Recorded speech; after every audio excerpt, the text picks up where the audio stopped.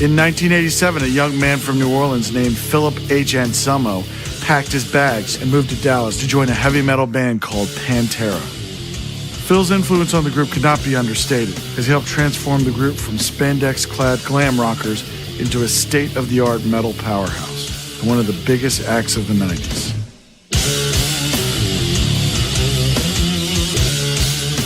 Their success is due in part to Anselmo's punk rock attitude and the musical and artistic influences he picked up in his native New Orleans.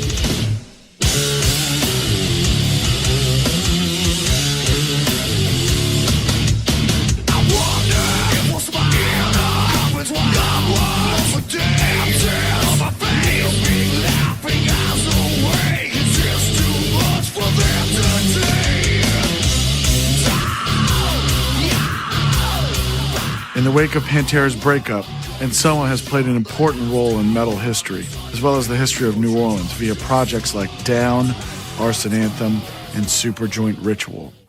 We wanted to find out what gave these New Orleans bands such a unique take on what can be a very formulaic genre. And so we set out to this fabled and much troubled city to meet the people behind the songs and hear their stories. Our first stop was Phil Anselmo's home and headquarters to Housecore Records, a tranquil and peaceful retreat, and birthplace to some of the angriest sounds south of the Mason-Dixon line.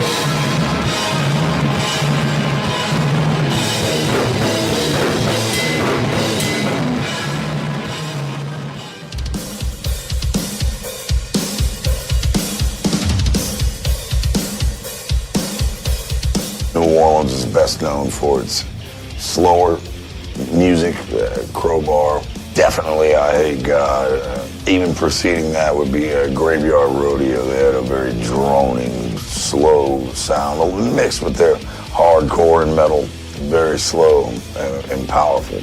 It's like all of the bands have something in common, have a lot in common, but none of them sound like each other. It's weird. I don't know how to explain it. I guess because so many guys have played together in so many bands and known each other for so many years. To me, it's a very original sound that kind of runs the whole spectrum of heavy music, from doom and stoner to grind and blast beats. There's no rules, it's just be original.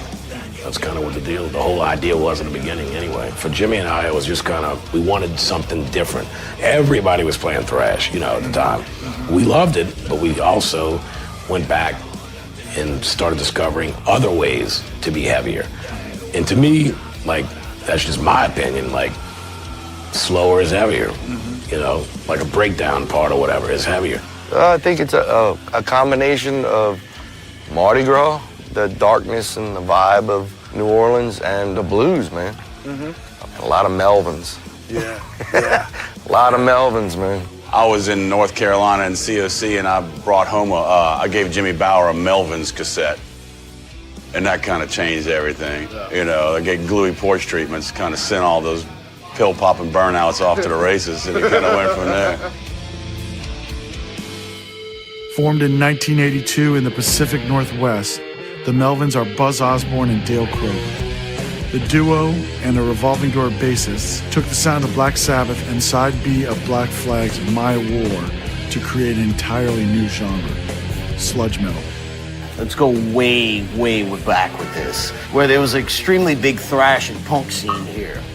And then the Melvins played here, and that changed everything amongst a lot of people's attitudes on how to approach music. Once the door was open with the Melvins, then the door was open, and that brought everybody back to the basics. The thrash bands, that fucking pace bands, that had run itself into the ground.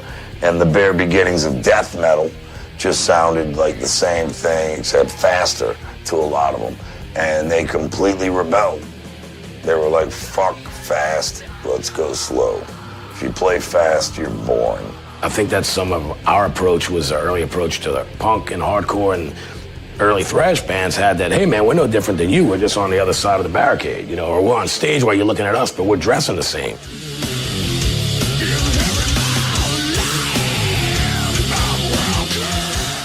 Representing New Orleans has always been top priority, man, because my whole life, man, I have pulled for the underdog. I don't care if it's sports, boxing, football, whatever, you know, as long as it's not my team, because I'm always going to pull for my team. And we have been underdogs for fucking years, so I had that opportunity to be the walking billboard. I was very conscious of it. It was very on purpose and for damn good reason. I thought they were great bands. I always have thought they were great bands.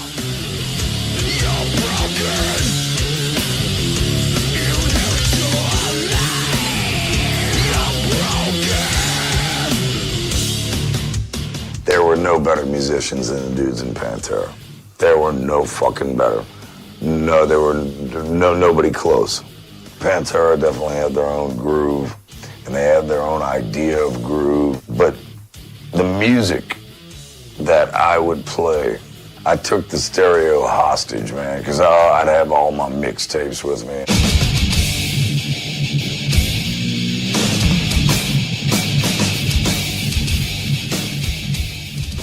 For New Orleans heavy metal thrash, Exhorder had upped the game. They were going about their business without any image, without any need for club scenes, without any need for anything except a stage and their amps and the crowd and go.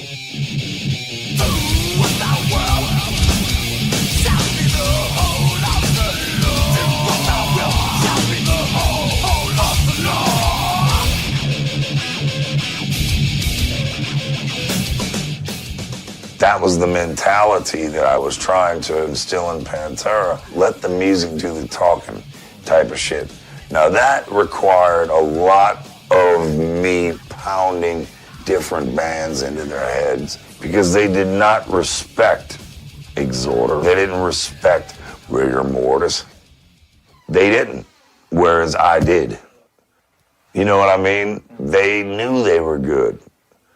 They knew they were fucking good and sadly enough looked down on other bands. And to make a long story short, Slayer befriended us. Dimebag had a chance to sit down with Kerry King from Slayer and understand how badass their riffs really fucking are and what went into it. He finally understood the power of it.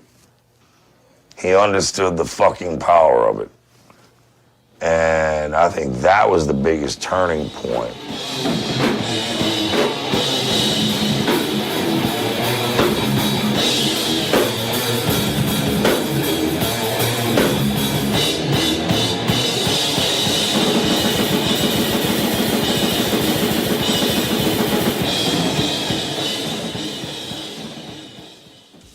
I've played in many side bands, in bands where I play guitar, I write riffs. I've got my own little thing. I got my own little style. It is ingrained into me jamming with Jimmy Bauer, me and Kirk, me and Pepper. Fucking, put it this way, I wrote the main riff for Mouth of War, and it's like this. Ging, ging, ging, ging, ging, ging, ging, ging, ging.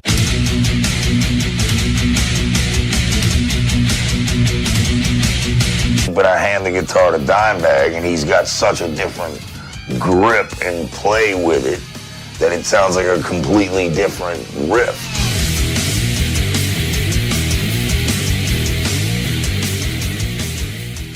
And it's like, you know, tear it up, big boy, because I'm not a great guitar player. I'm creative. But I still have my own little fucking thing about it, and maybe it is from jamming with Jim and several other people, you know, on and off throughout the scene or whatever.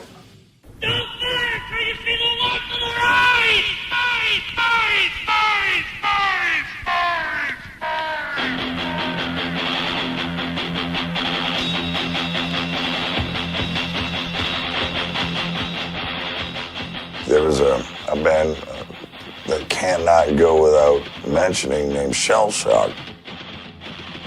Jimmy Bauer was in a band called Shell Shock when I first met him, with Greg Hatch on vocals and his older brother Hatch Boy on guitar, and this cat named Mike Savoy on bass.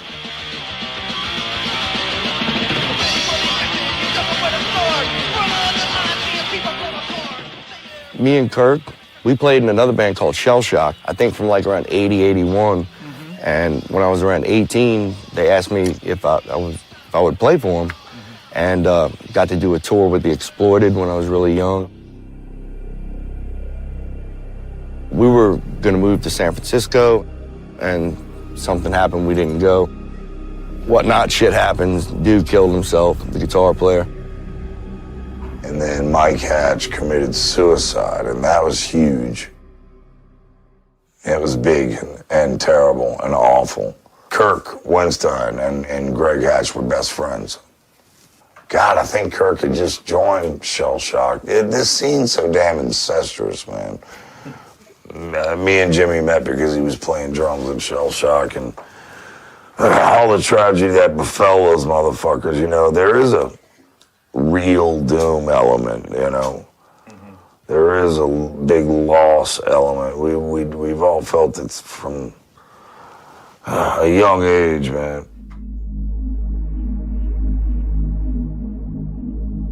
Pantera went on hiatus in 2001 and split by 2003 amidst a flurry of allegations, finger-pointing, and a deep divide between Phil and founding guitarist Dimebag Darrell Abbott. In 2004, Dimebag and his brother Vinnie Paul formed Damage Plan, a new project with a new vocalist and what felt like a whole new start. But during the Columbus stop on Damage Plan's first U.S. tour, 25-year-old Nathan Gale shot and killed the legendary guitarist on stage. Dimebag Darrell Abbott was 38 years old. Phil Anselmo requested to attend the funeral, but was asked to stay away by the family. He recorded the following testimonial.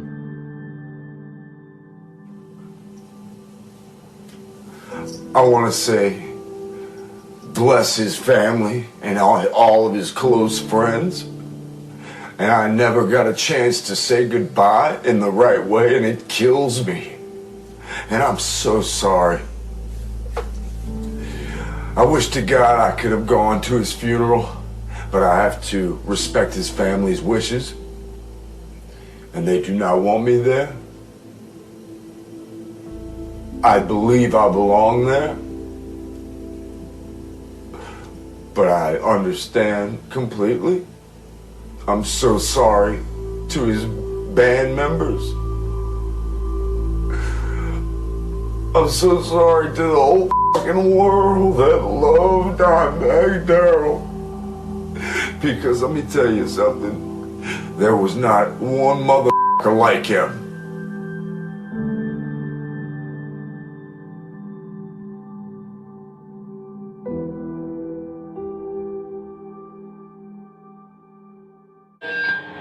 You're not as busy on certain things and on the Tom things.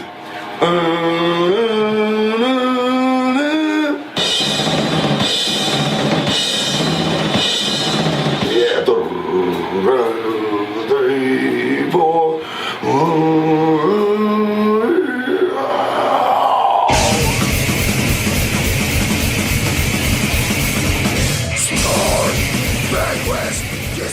Despite the tragedy, Anselmo is hardly the type to sit idle, keeping busy with projects like Superjoint Ritual with Jimmy Bauer, Arson Anthem with Mike Williams, Christ Inversion, and especially Down, his supergroup of New Orleans luminaries led by Jimmy Bauer behind the kit and Pepper Keenan on guitar. His latest project is Phil Anselmo and the Illegals, which he considers to be his first solo venture. It's a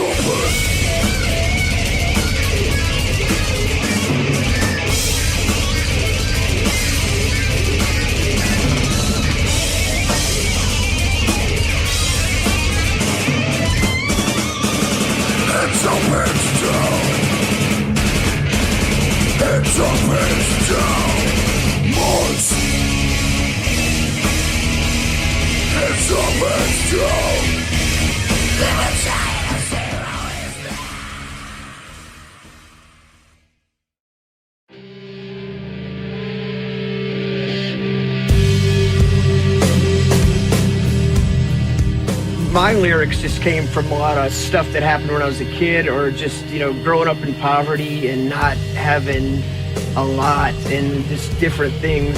Like my parents died when I was really young. Things like that, I guess, just kind of, it can be a miserable place sometimes, So I think that kind of crept into like the lyrics and the imagery in a very abstract, cryptic way. When you look at the lyric sheets, you won't know what's going on. And I like it like that, I like it kind of cryptic and confusing. And we have a song on Dope Sick called Masters of Legalized Confusion, and that's just kind of like my motto, First of all, is his words, his lyrics, or what do you want to call it, his writings have been genius since I was fucking writing bullshit metal songs about kicking ass on stage and stuff. He was writing about barbed wire and fucking goddamn methamphetamines and stuff. I'll use one of his fake quotes. He always had a fucking box cutter in his mouth. And also one of his lines, he has a curdled milk replica of a voice, something like that.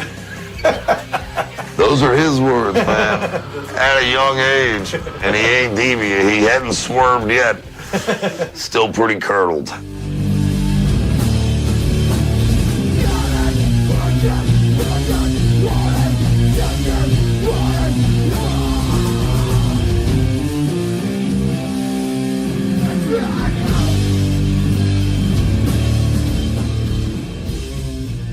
I think it comes from the environment, in the summertime, it's real oppressive heat and humidity. It's one thing, everybody moves real slow down here, This is a real right-wing state. Louisiana is a real, Republican state, but New Orleans is not. It's like a whole different thing to itself, We don't even say we're part of the USA. We say we're from New Orleans,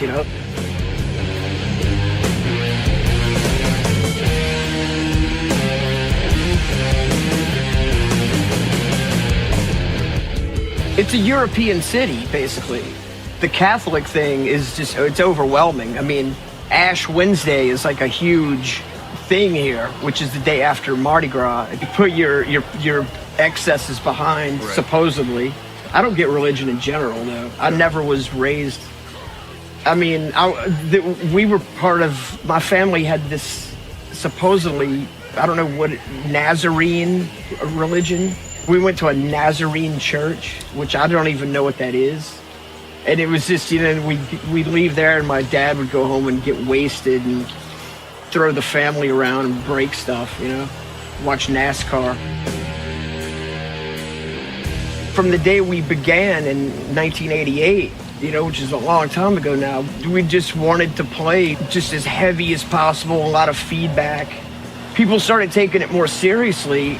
We had a couple reviews like in Maxim Rock and Roll and a couple like other fanzines, and they like kind of gave us praise for being this type of band, and we were all just kind of shocked, like, wow, this is really could go somewhere. Sure. Or do something, How do you guys think that your sound spread to the other people that you were playing with? Well, everybody's an influence to me because we're all friends here. It's just because we all love music so much that, you're sitting around just like, what do you want to do? Oh, let's start a band, and then there's another band that forms, and they might not last that long or might not get very far, but, it's just something that we all feel like that's what we like to do, And I remember when I was a little punk rock kid running around saying, I'd like to see a band that sounds like Black Sabbath, but is a punk band. I had these weird ideas and everybody's like, that can't happen. There's no way that could ever happen, but... Sludge. What is it? What is sludge? What differentiates bands that play sabbed out shit to sludge? What is that? And if you're gonna call out who you got fucking sludge, then put the fucking crown on their fucking head and move on. Call them the fucking kings of it and fucking everybody else is beneath it.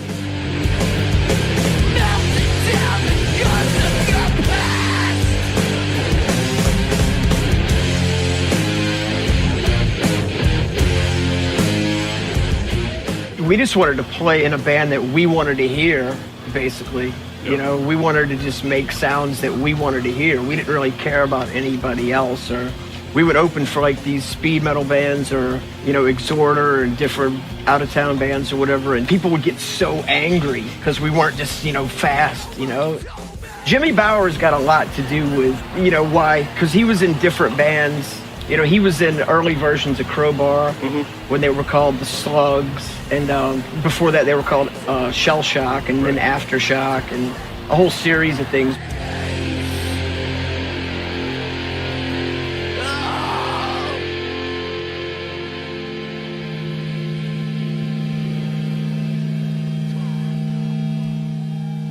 A lot of the ideas behind the artwork and song titles and everything were on a lot of acid, and it was just totally bad sense of humor, you know, and fucking see how far we can push shit just for the fuck of it, you know. To see it eventually turn into something that we could have fun and learn things and tour was mind-blowing to us, you know. Yeah. It really was, you know. And it's still to this day.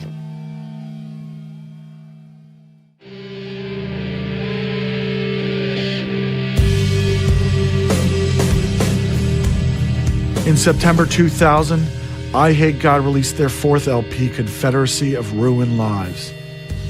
In the years that would follow, the New Orleans natives would face their largest challenge with Hurricane Katrina, which ended with the band scattered across the United States. It would be almost 14 years until they released their follow-up.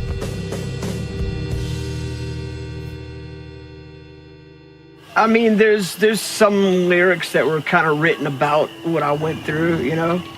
Like New Orleans is a new Vietnam. That was kind of based on, like, not so much New Orleans now, but the way it was then, because it was pretty much chaos, you know? I mean, it was traumatic. I think I have post-traumatic stress disorder from that storm. Sure. Because I was here in New Orleans during the storm, you know, until I got arrested, but everybody knows that story. After being arrested for possession of controlled substances, Mike Williams served 90 days in jail before being bailed out by none other than Phil Anselmo. Williams used the time in lockup to his advantage, kicking his well-documented heroin habit in the process. That's part of the reason we didn't do an album for so long. Like Katrina, you know, separated people. Sure. Like Joey was in Detroit and I was in jail. And other people are here and there, you know, so things get mixed up. But that changed everybody's lives. I mean, New Orleans, as you can see, it's like a family, you know. After that hurricane, it just brought everybody even closer together, you know. After a successful European tour in the summer of 2013, I Hate God drummer Joey Lacaze passed away suddenly due to complications from long-term asthma. He was 42 years old. Came home from a fucking 5-week killer tour in Europe, you know, to just starting to feel comfortable at home.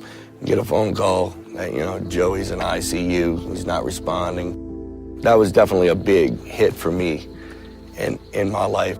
He was more than just important to the band. His character, you know, he was a walking I Hate God. Dude had his own groove, bro.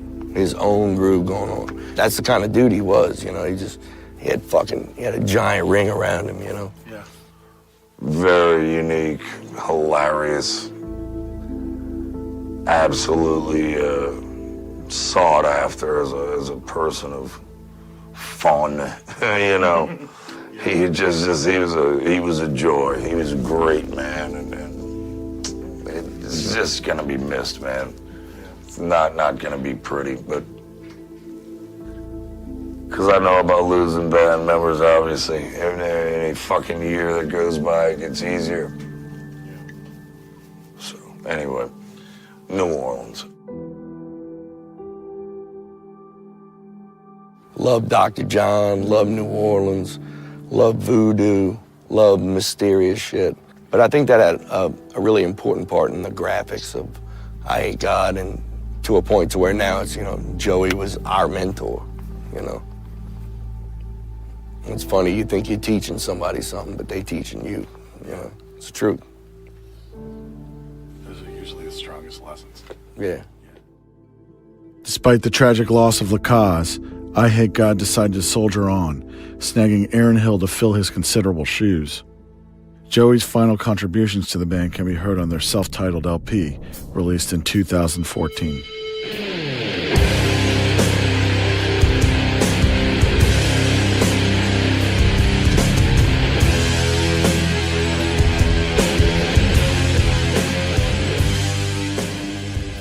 I mean, knowing Joey, the dude he was, his sense of fucking humor, you know, I think that's why we kept going, you know, like, you know, let's get a new drummer, let's roll, because that's what he would have done, you know. We're just survivors, you know? I mean, that's all we know how to do. Yeah. Is survive. I mean, it was never a question of ending the band when Joey passed away, you know? We never thought, like, oh, that's it, you know, it's over. We used to say that, though. Me and Jimmy and Joey would sit around and be like, you know, if one of us dies, that's it. So, but it just didn't feel right. We knew Joey was just like, y'all better not fucking quit, you know? We could just feel that vibe, you know? This city's a fucked up mess, so, you know, so are we. Wow, I put two and two together, of course. It's an obvious thing, you know? Yep. Yeah. We just have to push forth, you know? That's all I've ever known, you know?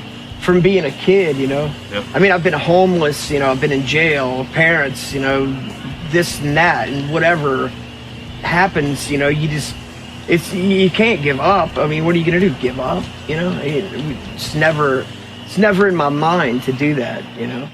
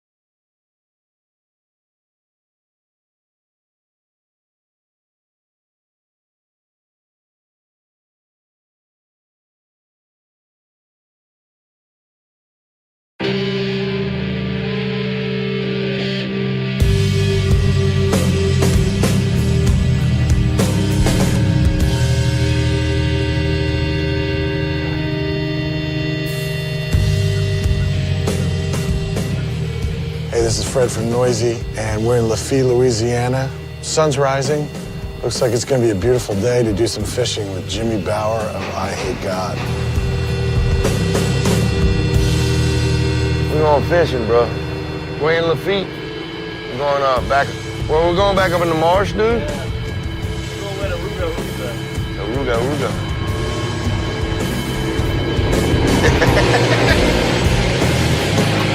Holy shit.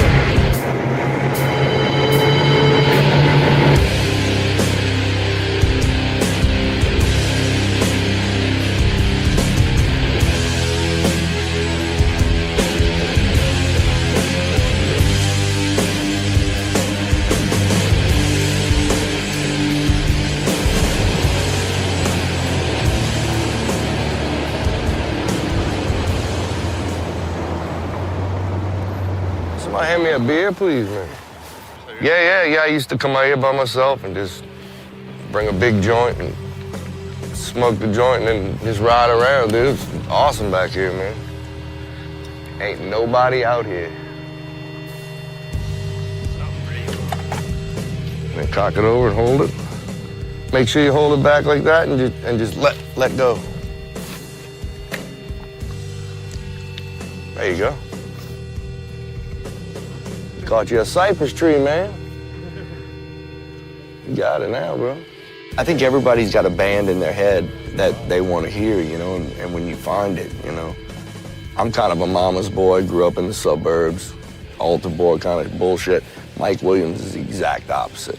So I kind of like took the big brother role with Mike, you know, but also learned a lot from Mike, you know. We had a crazy friend, his name was Chris Hilliard, and he's the guy that came up with the name I Hate God. Well, we'd go over to Mike's house and take a bunch of acid and listen to like Chrome, Swans, SBK, Melvins, you know, and all this shit. And I remember we were tripping. He's like, dude, a great name for a band. I Hate God. And at first we thought it was stupid, you know. He's like, we'd spell it E-Y-E, one whole word. And we were tripping. We were like, dude, that rules, you know. We needed a drummer, and he goes, dude, I got the perfect dude. So went over to his house and literally played guitar through his stereo, you know, through a 1/4-inch input. And I just remember Joey looking like he's fucking 10 years old, but beating the drums like he was like John Bonham or something. And it was cool because he was really into like old magic books and Crowley and, you know, all this cool shit, you know. Maybe 19, 20. He was a lot younger than us, you know. You know, it was a match made in heaven right there. Not long after that, we did the first record. That day, we wrote like 3 or 4 songs.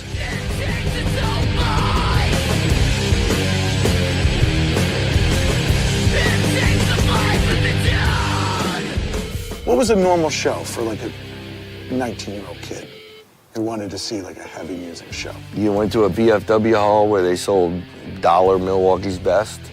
You know, you felt safe. Real family-oriented, you know, like people with mohawks hanging out with their babies and stuff like that. And you know, just showing up at something like that and seeing the freedom and just the acceptance, you know. And you tend to walk down the street and people judge you, you know. Oh, he's wearing all black, you know. Or he's got tattoos, you know. There was no sense of that there. A lot of camaraderie. In the true family sense, everybody came out. Everybody gave 100% for those bands. And it was just a really cool thing to, I guess, to be brought up in, you know, in hindsight now, you know. I mean, we go on tour, we take that same attitude with us on tour, you know. I mean, we don't hang out backstage. We walk around, talk to people. To me, that's what shows are about. You go there because you might not feel comfortable in other situations, you know, or you might not feel comfortable in Walmart or wherever, you know. But you go to these shows and you can let loose, you can be yourself. Nobody's gonna judge you, you know. To me, that's true underground, you know. Yeah. Open-minded, man. Absolutely, absolutely.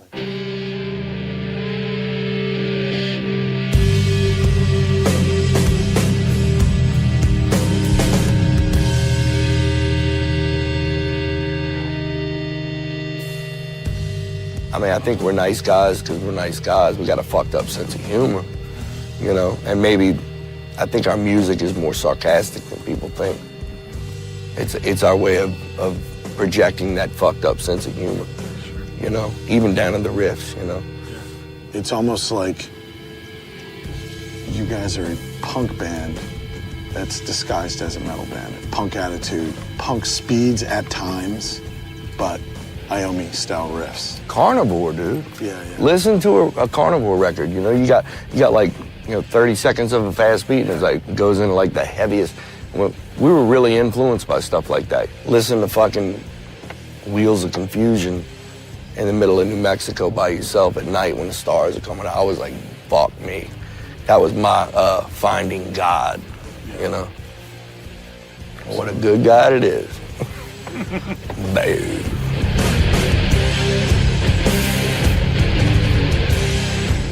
When he discovered Black Sabbath, he damn well knew what music was. He knew music structure, he knew band structure. And that, I think, was even more of a reason why he freaked fucking out on Bill Ward and Iommi's Tone and Black Sabbath in general, was because he could decipher it and just couldn't believe how fucking great it was. And so it changed his life. As Bauer goes I Hate God, to a great degree, goes down and goes anything he touches. His energy's so good, and he's so fucking creative, You want to be around Jim. What an influence, man. You know, I asked you earlier what the New Orleans sound was, and I know that Phil answered Jimmy Bower. That's weird, man. That's just weird. How do you respond to that, and what do you think? It's way more people than that, man. Who are these people? Mike Hatch, man, the guy I was telling you about from Shell Shock that killed himself. I learned a lot from him, man, because he was a good people person, you know. It's like I was so young, you know, some kid came up and said, will you sign this autograph? And I was like, I took the punk rock attitude. I was like, I'm no better than you. Why do you want my signature? He pulls me to the side and he's like, you better fucking sign that kid's shit and you better talk to him, you know. And it's shit I knew, but I was just rebelling, bucking up, you know. Pepper, you know, Pepper and Graveyard Rodeo, you know. Graveyard Rodeo, what an underrated band. I think a lot of different things come together to make the New Orleans sound what it is. I don't think it's just one particular thing, or one guy's opinion or his outlook or whatever. I mean, that all goes back to slavery, man. All the drum rhythms brought from Africa, from the slaves, and there's a place downtown called Congo Square, and slaves were allowed on Sundays to congregate there and practice religion and music. That's the true backbone of the New Orleans sound. There's a lot of cultures in New Orleans, you know, and you can either be a stupid idiot, a racist dude, and live your life that way, or you can, you know, it's like walking through a candy store, man. It's like people are weird everywhere, you know, no matter what color, fucking whatever, you know, and yeah, and learn from it, and you know, gank it. Exactly. Gank it, you know.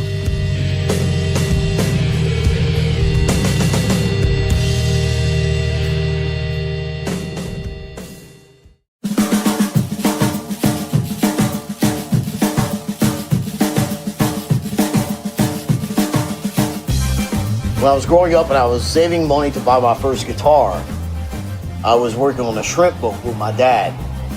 And all he would listen to is all this like Zydeco music from here, you know. He had this shitty ass fucking like a megaphone speaker on the back deck of the boat, blaring this shit while we were going through sifting shrimp. Being around that kind of sound kind of influenced the musicians around here, you know, being that it's been so forced upon us, it's almost like embedded in our souls, so to speak, you know.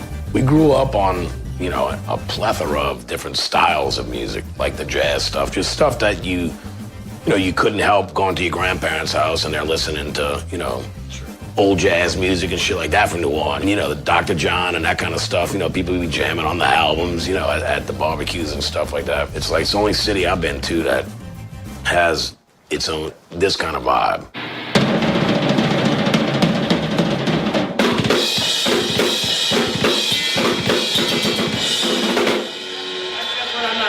Doing to blast into that because it's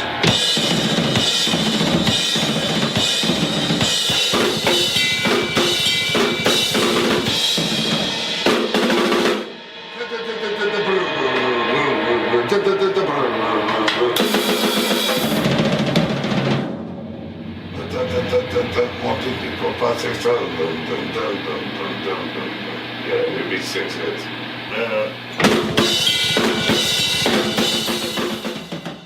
I think that there is a certain groove here. Homegrown drummers specifically have that behind the beat feel, which is type of drums like Bill Ward or John Bonham or even Dale Crover. The meters, funky meters. You look at the funk and groove within that genre itself. If you pull it off in heavy metal, boom, it's super effective. It's a showstopper, Jack. It's badass.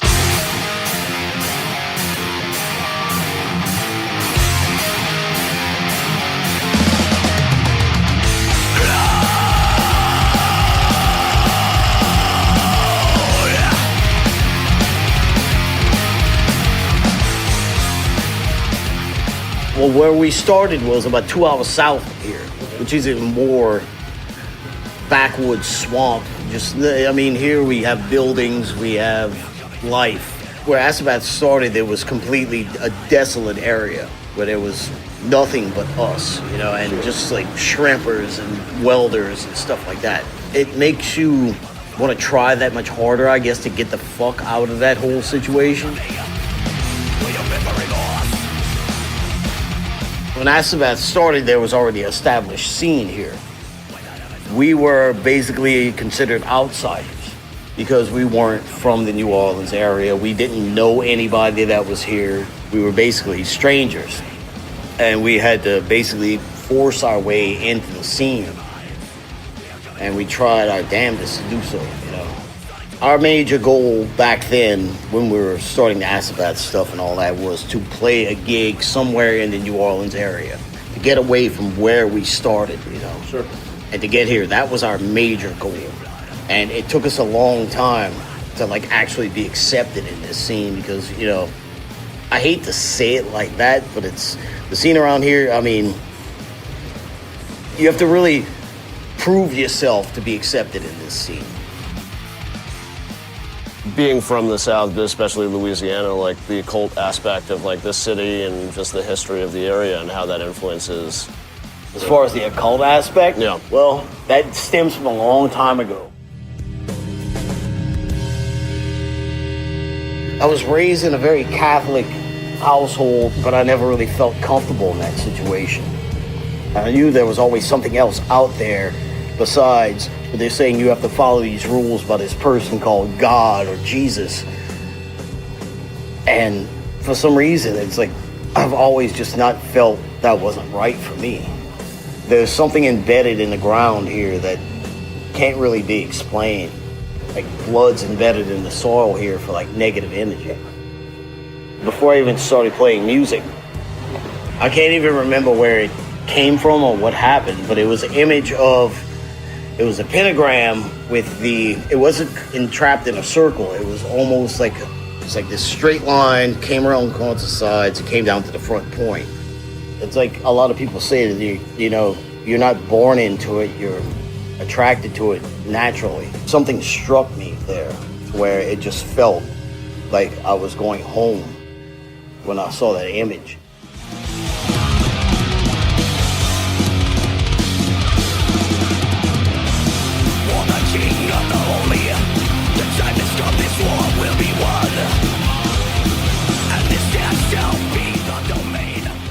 Ben Falgu, the singer for Soylent Green, and now the singer for Gold War, were really good friends. When he was singing for Paralysis, we played a couple of shows with Paralysis with Acid Bath, and for some reason me and that guy just hit it off. And he was like, man, you ever heard this Dark Throne, Blazing in the Northern Sky? I'm like, no. And he made me a cassette tape of it. And when I heard that, that was just the end. I guess that was when I was like, all right, wow, this is like where I need to be. The whole sludge thing and the whole black metal thing, it's not about perfection and it's not about being exactly on time and playing to this click or whatever. It's about the feeling that comes through with the music. Just this darkness and just exactly like a bleak attitude. Darkness and holding there, and you just did fucking 4 lines of coke and you're holding a fucking switchblade in your hand. It's like, should I do it or should I not? Right. It's like, all right, there's no hope in your life. There's nothing left to live for. What do I do now? And that is the eternal question. Right. Play metal. Play metal, yeah.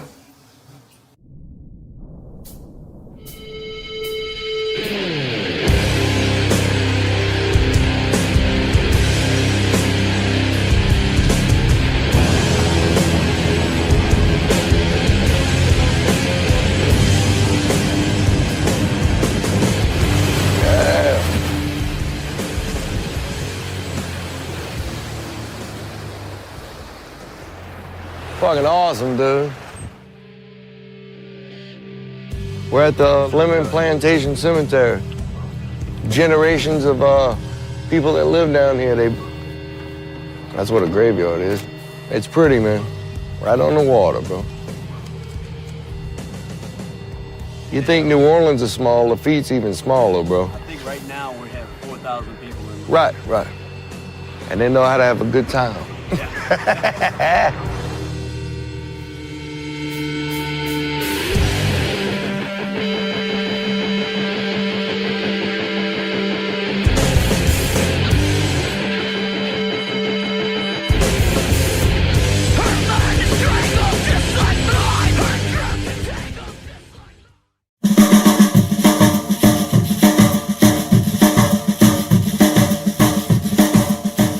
this is Fred and this is Jake. We're down in New Orleans outside Pepper Keenan's bar, Le Bon Temps Roulé.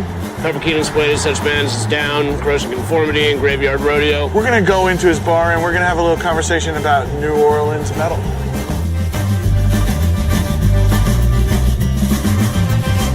Originally formed as a hardcore outfit, Raleigh, North Carolina's Corrosion of Conformity had evolved into a metal band with the addition of New Orleans native Pepper Keenan on second guitar. The release of 1991's Blind brought a change in the band towards heavy metal and showed more southern roots with the release of the next album, Deliverance, in 1994. What's up? Hello. Long time no see. It's been a minute. So we're down here, we're doing an overview of the history of the New Orleans sound.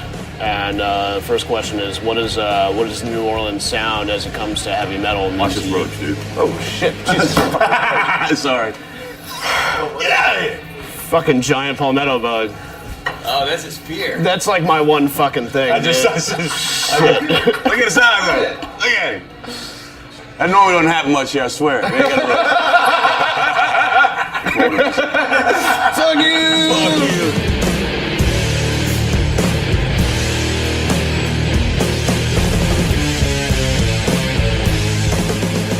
Well, I bought this joint from an old man. I used to hang out here all the time. And dude just asked me if I wanted to buy a fucking bar. The big deal here is I wanted to keep it a cool music place. It's not a rock and roll joint or a heavy metal joint at all. I wanted it to be a place for New Orleans musicians to have a place to go and jam. And I don't charge a cover charge. But for the most part, New Orleans is in a pretty good stride right now. I mean, you gotta figure New Orleans has been around so fucking long, and it's had yellow fever, it's had civil war, it's had fucking hurricanes, you know. But it always keeps bouncing back. I just think the spirit of the place, people are just pretty fucking hard-headed, and they enjoy life. It's one of the few places where you ask people how they're doing and shit, and you get the right answer, you know. You're not just saying it because it's small talk. They don't do that in New York, do they? No. Or look people in the eye and shit. I look people in the eye. Come on now. I'm just kidding. I like bagels, man. That's cool. What does the New Orleans sound mean to you? Where does that sound come from, and how did you come about it? I think the main part of the New Orleans sound is that it's loose, slippery. I think would be a key word. You know, it's not Berlin. You know, so you know, there's going to be some semblance of funkiness, whatever, greasy kind of thing going down with it that we all kind of took off with, and a lot of that came from some odd places. You know.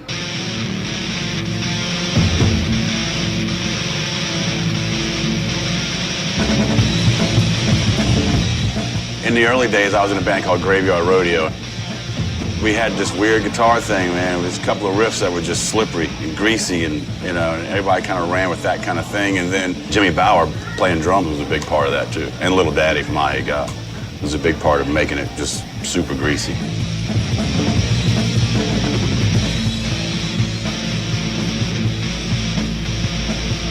You know, and seeing the meters and shit like that. Sure. You know, huge influence on me, guitar playing wise. You know, not the tick, but the slippery pocket thing was a real big deal. And being behind the beat is something me and Jimmy used to intentionally try to overdo.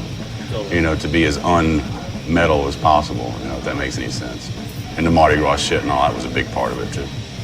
And aside from everybody like getting into heavy metal or punk rock and just kind of a cloud of death and doom. Yeah, a bit around the city, you know.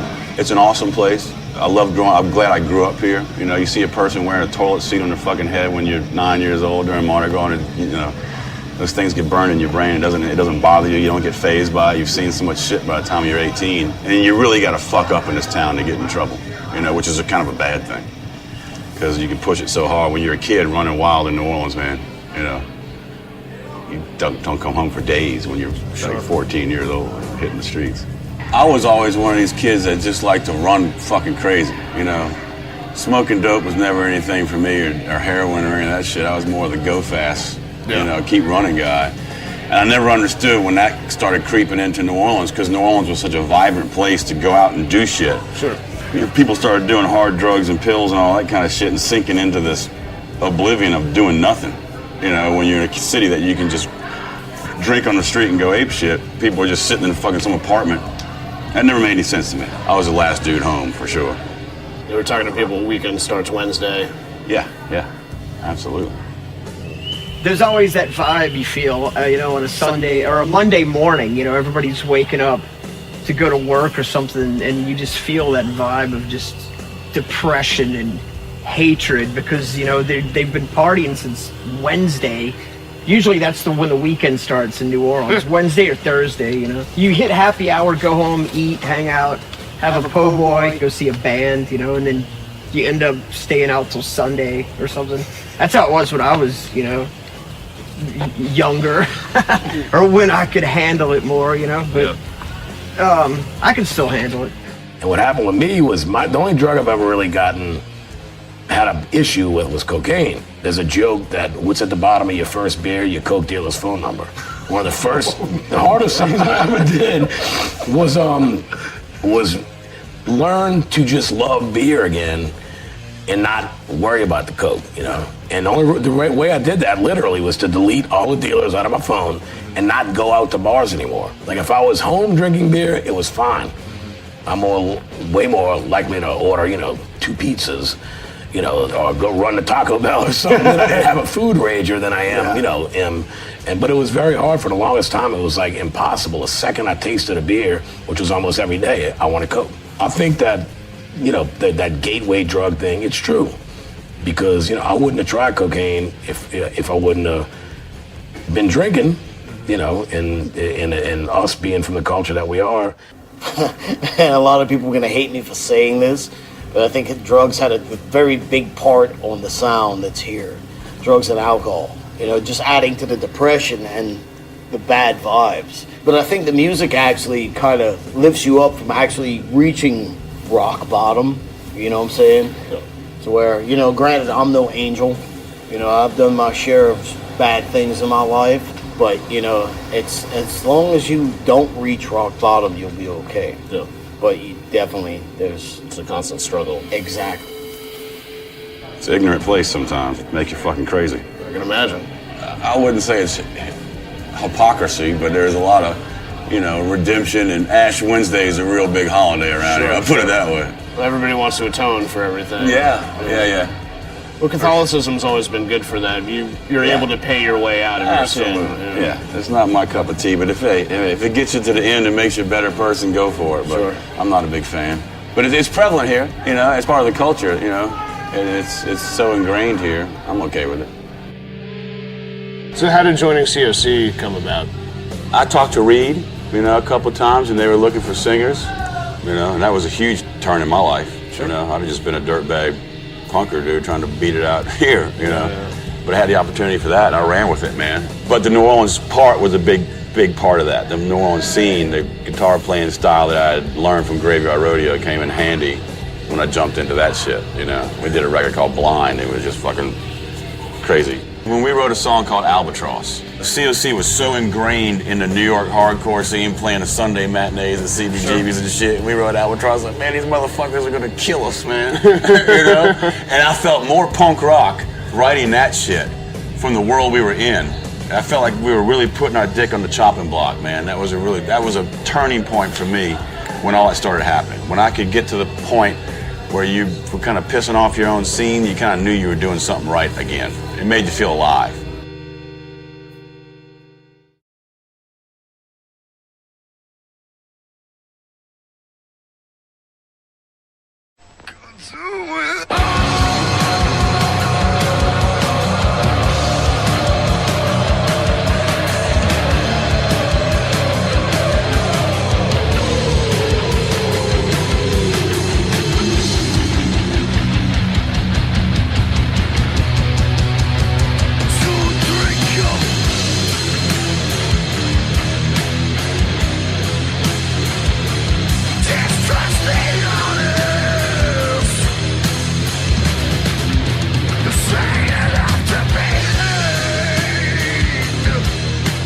Formed in 1991 with like-minded individuals from the New Orleans metal scene, Down combined the riffs of Pepper Keenan and Kirk Winstein with the groove of Jimmy Bauer on drums and Phil Anselmo on vocals.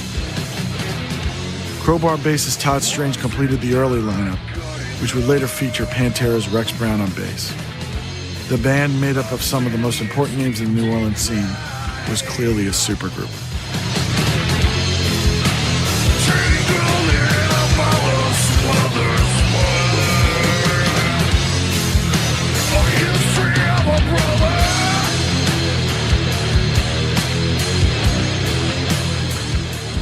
You know, the whole thing was Phil's idea.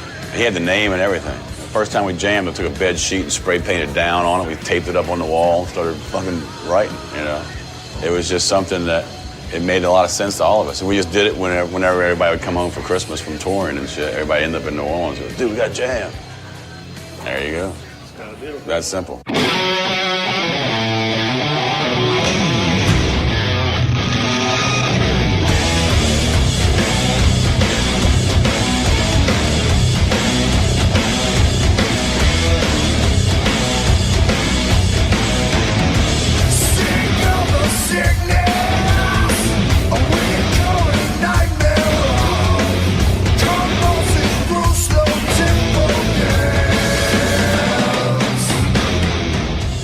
Everybody involved in Down has had parts in the New Orleans scene before this. How does that all come together for you guys? I'm glad we kind of did our thing like this and weren't influenced by a lot of outside bands. And I guess what's so weird about the New Orleans thing is we weren't trying to be somebody else. Nobody really gave a shit. We were just kind of on our own. Do you think that's one of the things that has contributed to the longevity of the scene?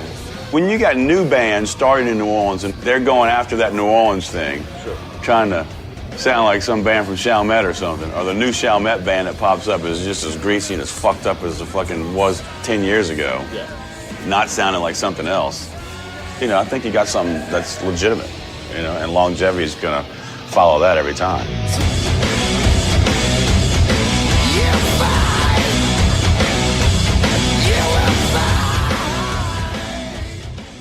Sonny, light this fucking place up. This is Dayton, Ohio. Pantera was dangerous, man. And I knew that was going to happen. And when I first heard Cowboys from Hell, the production on it and shit, you know, that was the first time any of us had heard any of ourselves that good. Sure. You know, like, this is fucking serious, man. You know, we were getting ready to go do the COC record at the same time, and it definitely upped the dose.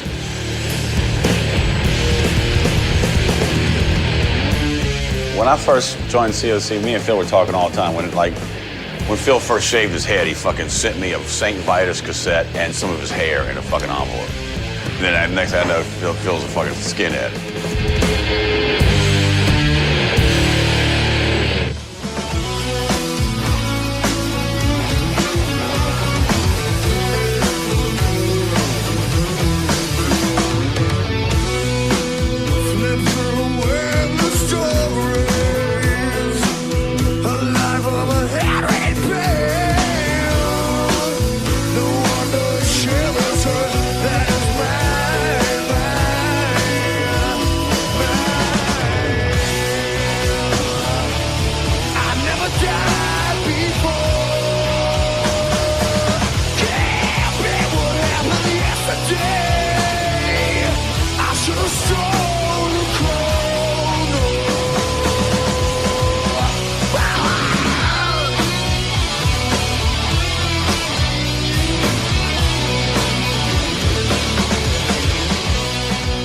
When I moved back here, Down wasn't even on the radar, you know? I was done in North Carolina. I had a house here. I had a farm in North Carolina. I sold the farm, made a bunch of cake, took the money and bought a bar.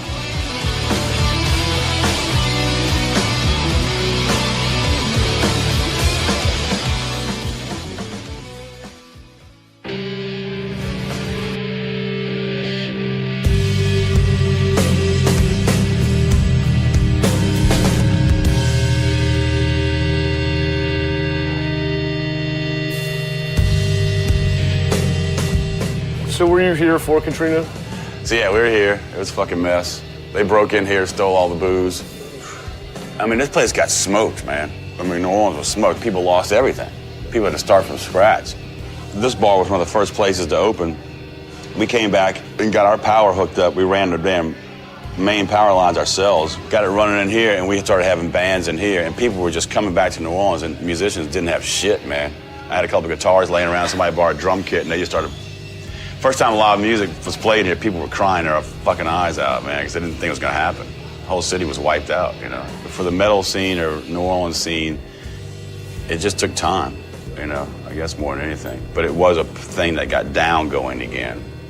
Was that in a sense that you just felt like just revitalized? We had been through so much, we were just smoked, man. It was like, dude, what the fuck? And Daryl had just died at the same time. And Phil was getting his shit back together, and we started talking, and first thing we did is said, let's go to Europe, you know. Let's just get out of here for a while. So we booked a tour in Europe. Raise that shit up, man. Down had never been to Europe before, and every show was sold the fuck out. We didn't have a booking agent, we didn't have anything. We just booked it ourselves, fucking great. And that got us going, big time. We realized there was something for it, and we were all in good headspace, and it just took off from there. By the time I came back here, I had done 4 records with COC, and Phil had done, I don't know how many with Pantera. Now, I didn't talk to Phil for like 3 or 4 years. And when he was all fucked up on junk and all that shit, I gave up on the dude, you know, which I had to, because he wasn't gonna listen to anybody. But one day he came knocking on my fucking door, and, you know, we put the pieces back together, and that was right after Katrina. We started jamming again. With a new sense of purpose in the wake of Hurricane Katrina, Down reformed again in 2006 to record Down 3 Over the Under, a somewhat cathartic record that touched on the end of Pantera, the passing of Dimebag, and Selma's addiction to painkillers following back surgery, and Hurricane Katrina. The supergroup was back on top.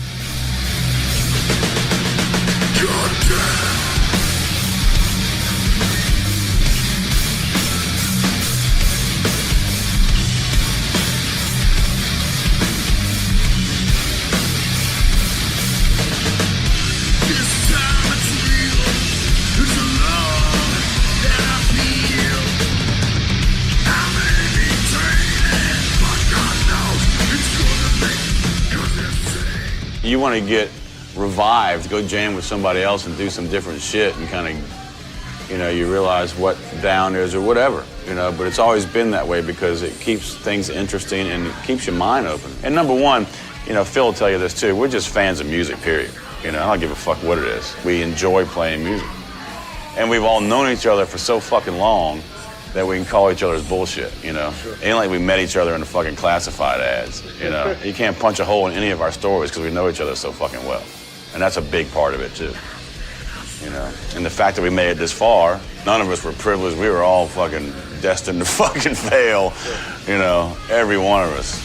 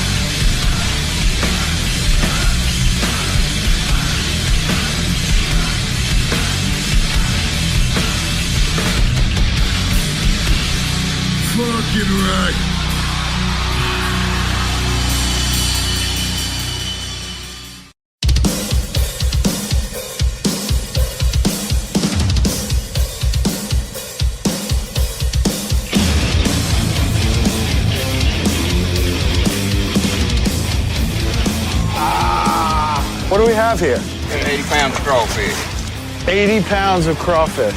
Wow. That's a hell of a lot of crawfish, 80 pounds.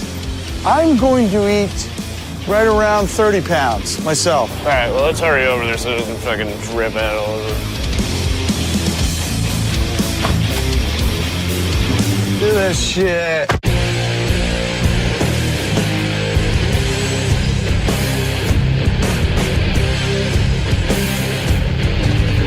So, what's the kind of the process here? First, we start getting that water boiling, and we dump our seasoning in. It's usually a lot of cayenne, oregano, salts, peppers. We put in onions, garlic, celery, and lemon. We're gonna drop it in here. And then after we let it boil for about 45 minutes, we go ahead and dump our crawfish in, let it come back up to a boil, let it boil for about 4 or 5 minutes, turn off the heat, let it sit, soak up all the flavors. The corn and the asparagus go in last.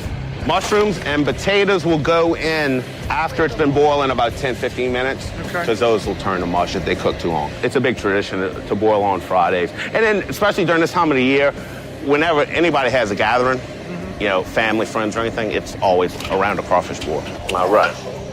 Dump it in. My turn, yeah.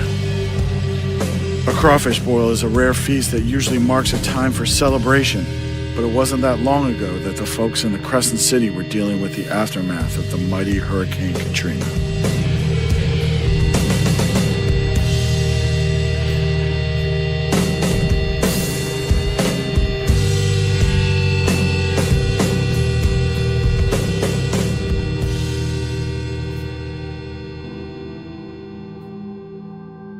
New Orleans does have an aura of death about it. Sure. You know, it's just, the above ground cemeteries, the mausoleums.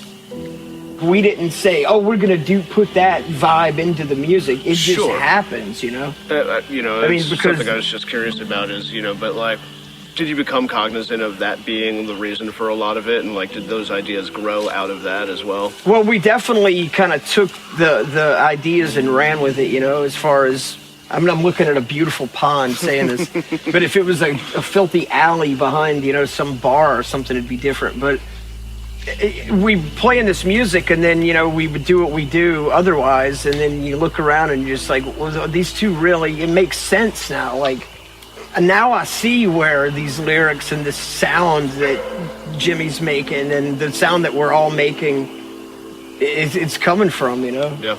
There's just another one of those like beautiful accidents, that you don't really, it's hard to see it when it's in front of you, You kind of step back and you're like, oh yeah, that's right, This city's a fucked up mess, so, so are we. Wow, I put two and two together. The city of New Orleans as a dark place. I try not to use that as a catalyst for things, but it is there. I live in Pigeontown. It's probably the murder capital of the fucking United States. It's 3 blocks from my fucking house.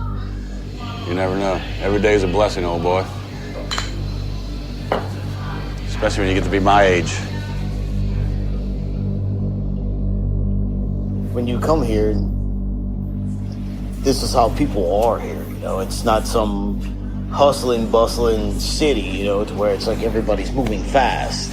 Everybody here is like as long as you're polite to people here, they'll be polite back to you, I mean, the only other place that I think I would live besides living here would be in the middle of the woods or the swamp somewhere outside of this city. Just because I'm not a people person. Look at all these trees. Look at all these buildings. I mean, everything's run down. It almost feels like nature's taking this city back very slowly. I would hope so.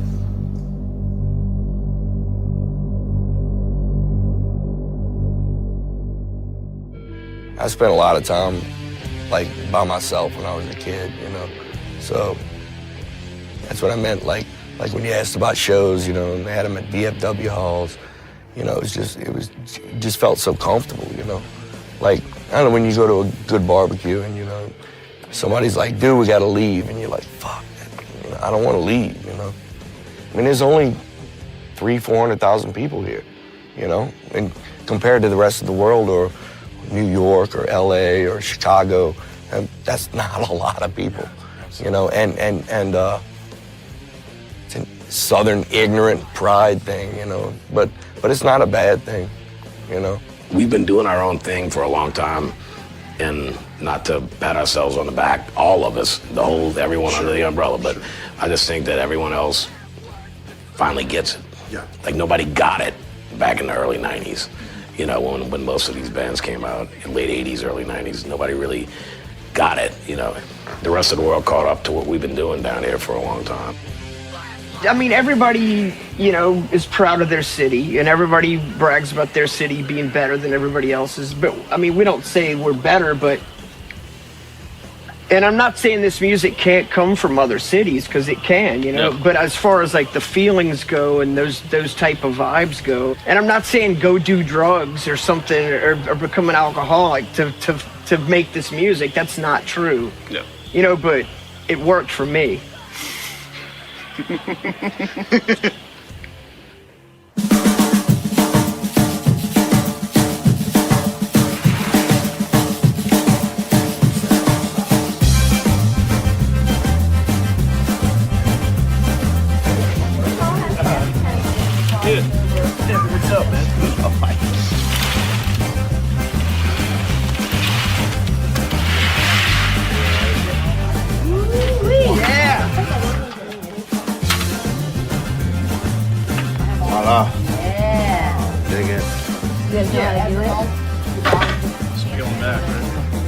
Go get in there and show them how to do it. Weird.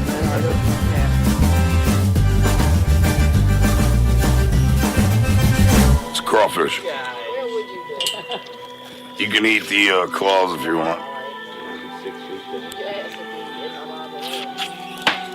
Normally I'm pretty shy about being watched while I'm eating. But you grab the friggin' head, you break the body away, and like a man or a woman, you suck the head. And then you peel the goddamn first layer off, pinch that friggin' tail, pull that friggin' vein out, and you eat the living fucking piss out of it.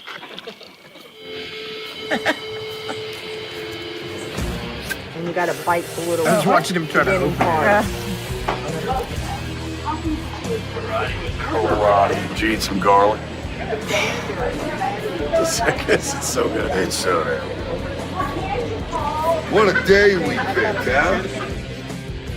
It's home.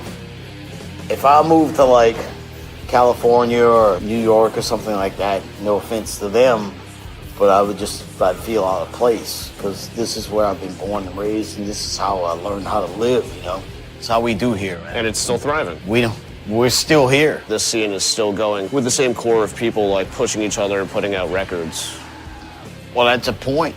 As we're all pushing each other to be like, all right, who is gonna come up with the heaviest riff? Right. Basically, is what it boils down to. Would you see it as a competition almost? A friendly competition? You know, between Down, Crowbar, I God, Goat Whore, Solid Green, all those bands. Who is gonna come up with that one riff that just makes you want to go, fuck? I'm gonna go take a shit now. And I'll be back. And cut. Things were good. That's a pretty good end. Yeah.